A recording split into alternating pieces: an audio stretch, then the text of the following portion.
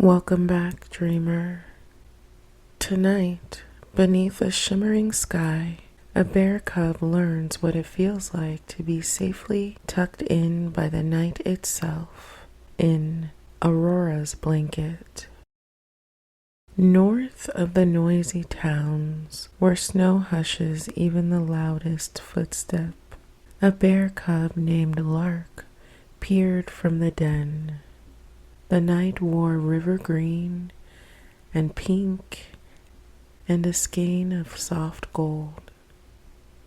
The northern lights sewing their way across everything. Lark worried about big things, the stretch of the dark, the distance to spring, the way the wind could make trees talk too loudly. But under the lights, the world looked held. The colors shifted like someone turning pages very quietly. Lark's mother breathed slow, a metronome of safety. "What is it?" Lark whispered. "The sky is tucking us in," she said, which was not a scientific answer, but was completely true. Lark lay back against her mother's warmth. The snow squeaked politely under them. Above, the Aurora folded and unfolded a blanket so wide it covered every worry Lark could name. She matched her breath to the colors. In with green, out with rose, a small pause under the gold. Sleep came like a friend who knows where the extra blankets are kept. The den glowed softly, the world dimmed to a kind promise. Somewhere, ice shifted with the careful sound of a book being closed for now. Good evening, dreamers. Tonight's tale is Finn and the River of Choices. Follow Finn along a shimmering river that reflects every decision he makes, and discover the gentle power of responsibility and integrity. Lay back, relax, and let the currents carry you. Finn was a boy who lived on the banks of a winding river that gleamed like liquid silver under the moon. The river was special. It reflected not only the sky above, but also the choices of anyone who approached it. One evening, Finn found a small pouch of gold lying at the edge. He knew they were someone else's. When he looked into the river, it shimmered with possibilities. Take the coins and live in comfort, or return them and risk disappointment from his family, who had long struggled. Finn's reflection in the water showed him both paths. On one side, he saw himself smiling alone, wealthy but lonely. On the other hand, he saw himself returning the pouch, and his eyes met those of the rightful owner, a weary merchant who smiled with gratitude. The boy hesitated. The river whispered, not in words, but in currents and ripples. Every choice leaves a trace, it seemed to say. Choose wisely. Finn swallowed hard and carried the coins back to the merchant. The man's eyes lit up. "Thank you, young one. Many would have kept it, but you returned it."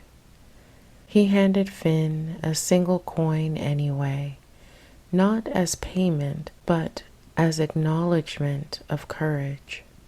That night, Finn looked into the river again.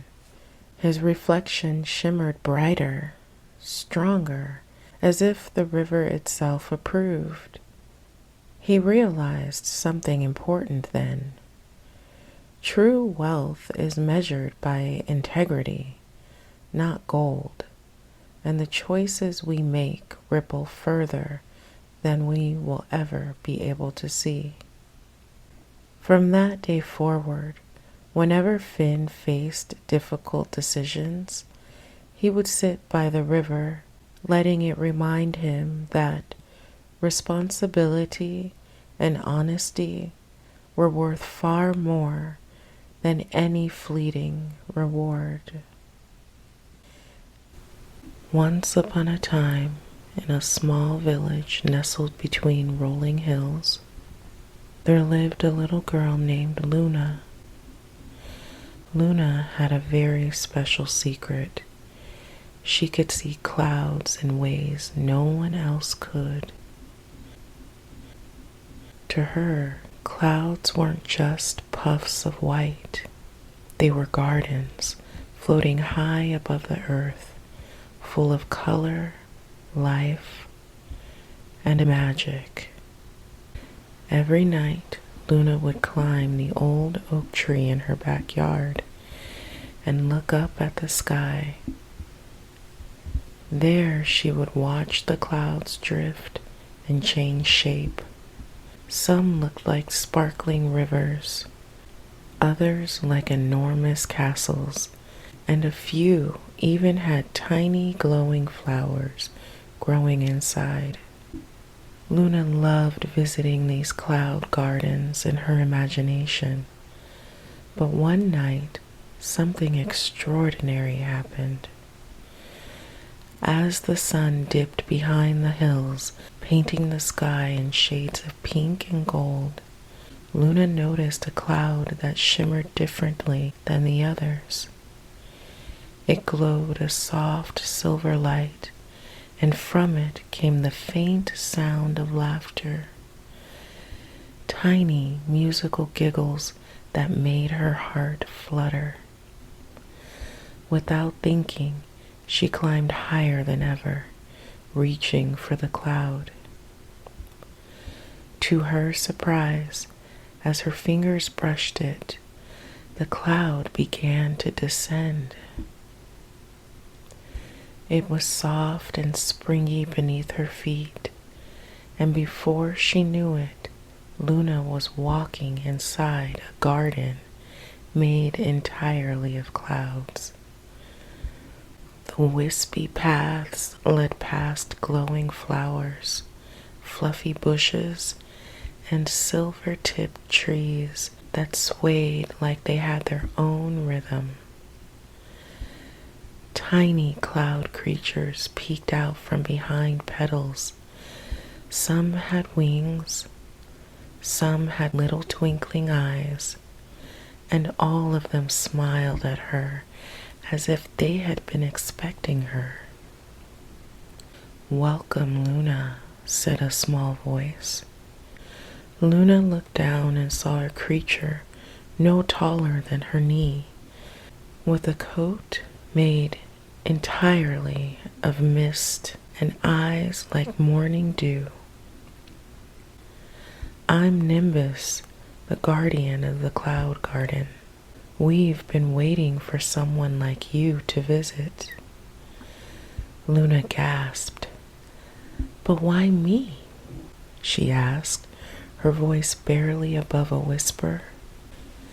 "Because," said Nimbus, hopping onto a cloud petal, "you see the magic in places where others only see white sky. You believe, and that is rare indeed." For hours, or maybe it was just minutes, time felt different there. Luna wandered the cloud garden. She tasted dewdrops that made her giggle with delight, watched flowers bloom in slow motion, and even danced with tiny sprites under a silver moon that hung low in the sky. Each step felt like floating, and each breath tasted like dreams. Before she knew it, a gentle wind began to sway the clouds. "It's time to return," Nimbus said softly, "but take this with you." He handed Luna a small silver seed glowing faintly in her palm. "Plant this in your heart," he whispered. "Whenever you need courage, joy, or peace, it will bloom. And remember, the cloud garden is always up there, waiting for you." Luna nodded and stepped onto a path that slowly carried her back to her backyard oak tree. The night air smelled of jasmine and rain, and when she climbed down, the village was quiet and still, wrapped in moonlight. Clutching the glowing seed, Luna felt a warmth inside her chest, as if the magic of the cloud garden had settled there forever.